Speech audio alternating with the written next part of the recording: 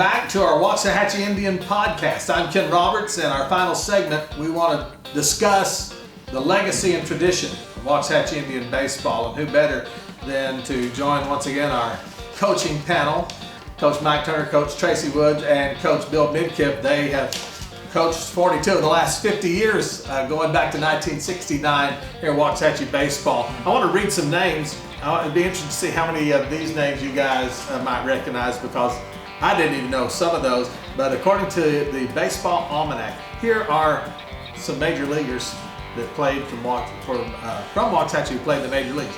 Roy Easterwood, Archie Wise, Bob Vines, George Edmondson, Jimmy Adair, and of course everybody remembers the great Paul Richards.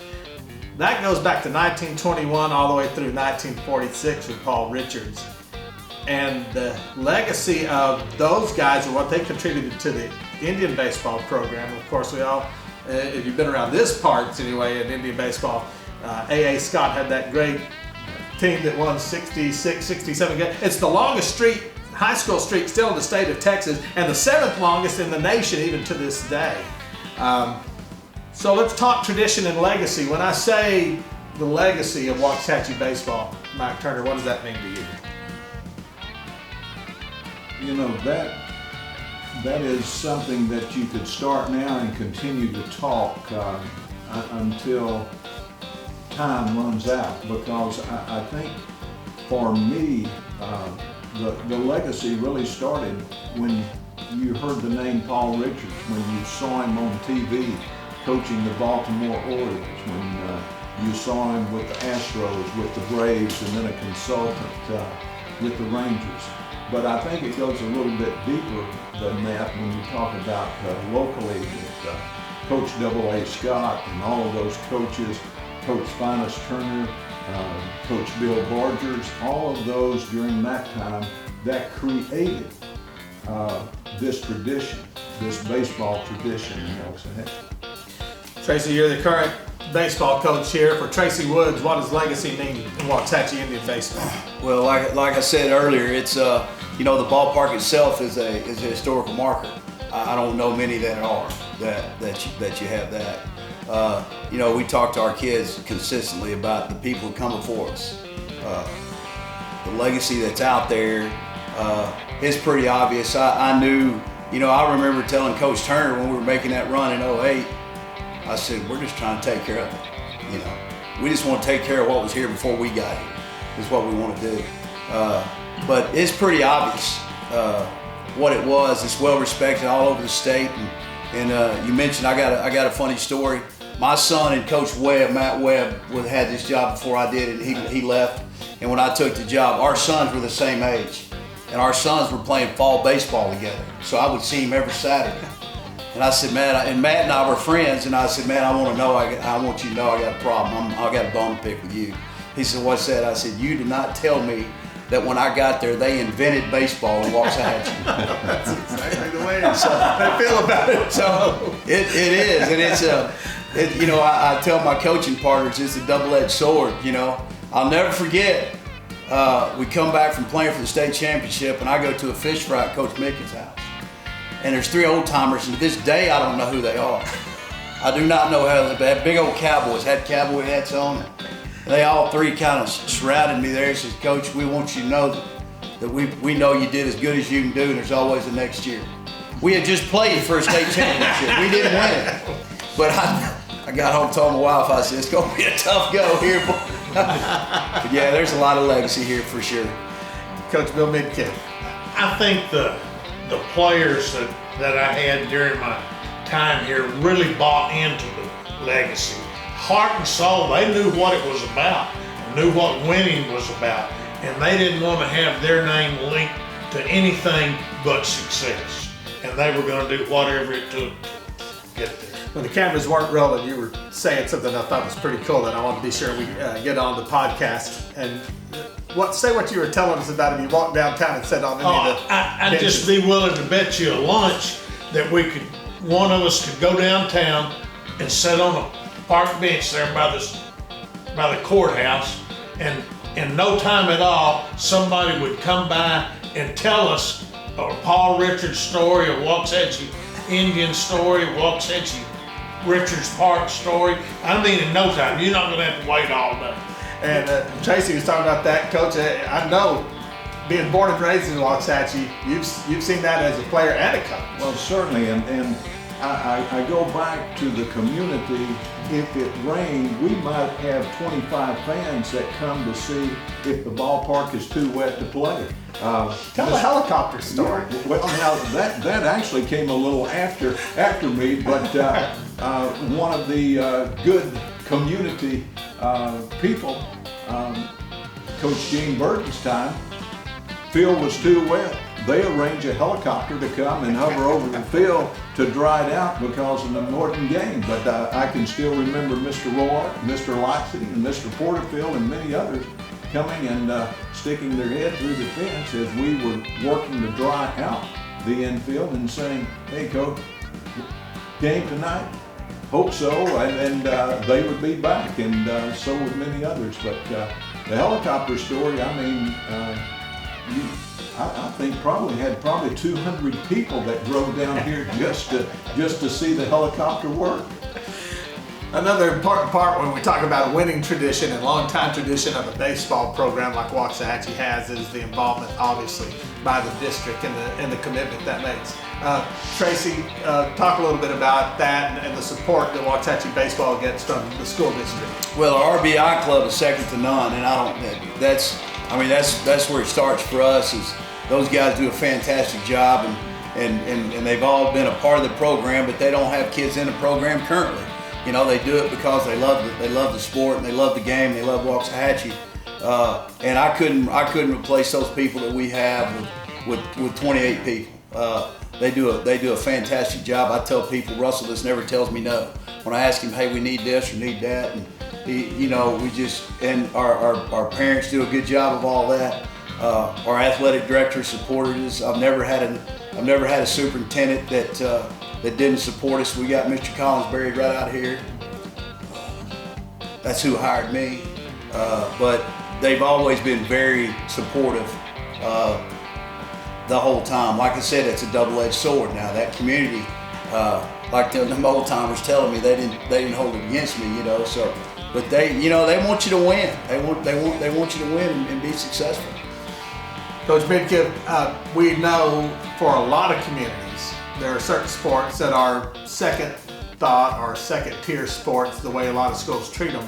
That's never been the case with baseball in Waxahachie, although it is at a lot of different schools, and we know that, but that's not the case here. That's not the case, and it's important to the community.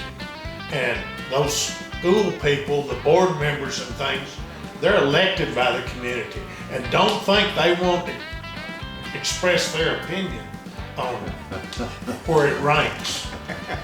Well, you know that for a fact too, Coach, because you not only a coach, but you've been an administrator in the district too, and so you know where that ranks on the level of athletics in Waxahachie.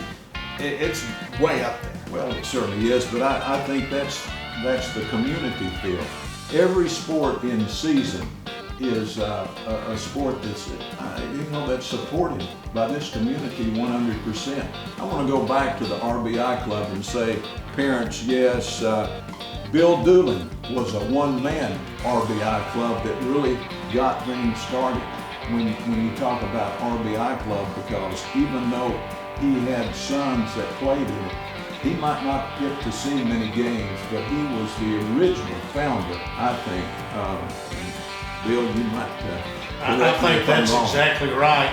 He took that thing over from Don Nelson and Dan Morton when their kids graduated, and he fell right in there. And I didn't know how much money a concession stand was making. And I know he sold a lot of popcorn, a lot of cold drinks, and we had a guy from John Deere come out to show us a bunker rake one day. And it's how you manicure the field.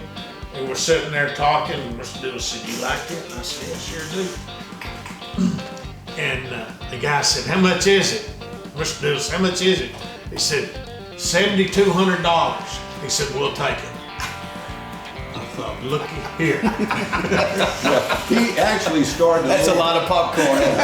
He actually started a little bit earlier than that. He headed it up in the late 70s. So he took a little leave of absence during that time and let a couple of, as you said, Don and Buck take it over and a few. But I have to give a lot of credit to him for taking it over from a parent group that was very successful also. But that community support, as they said, you can't go without the administrative and the school board support, but the community, gosh. Well, you guys were there at the state tournament, but you know, I was pretty focused in, not paying a whole lot of attention but what was in the stands, but I was told that there was no doubt about it, out of every level that played down there, 1A through 6A, that Waxahachie had the most people in the stands when we played those two games down there.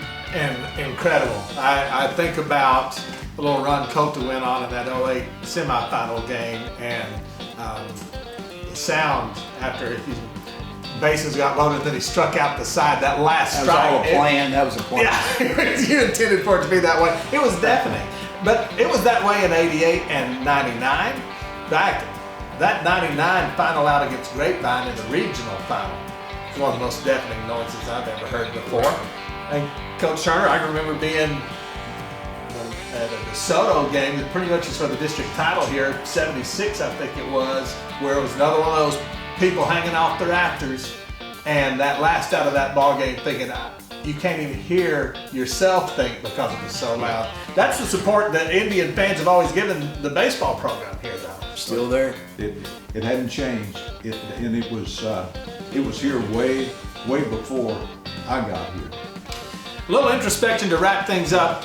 Two of you already have numbers that are on the outfield wall here at Richards Park that have been retired, and Tracy's still coaching, so you don't get to do that while you're still coaching.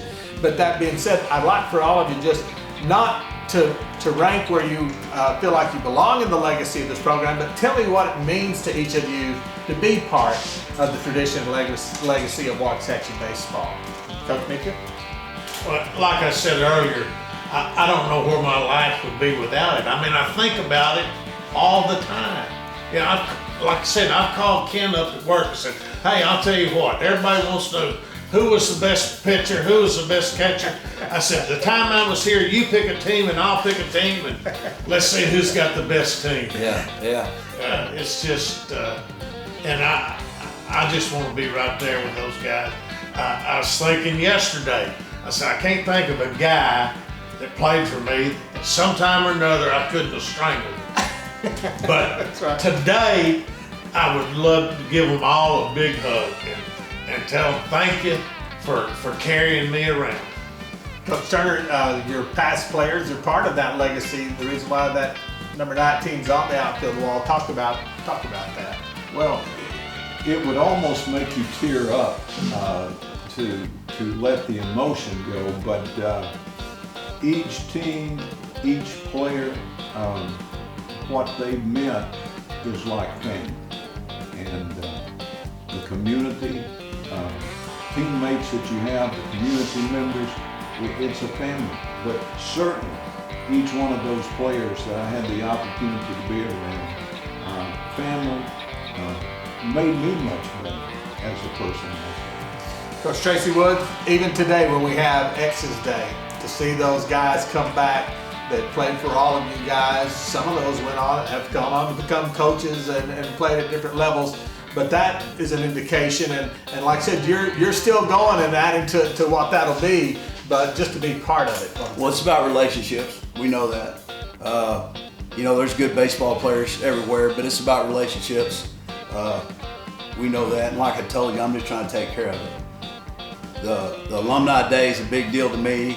I want those guys to come back. I want those guys to come back and see what's going on. We talked about it last year, and I told Barry, let's make sure we do that and continue to do that and do that Alumni Day.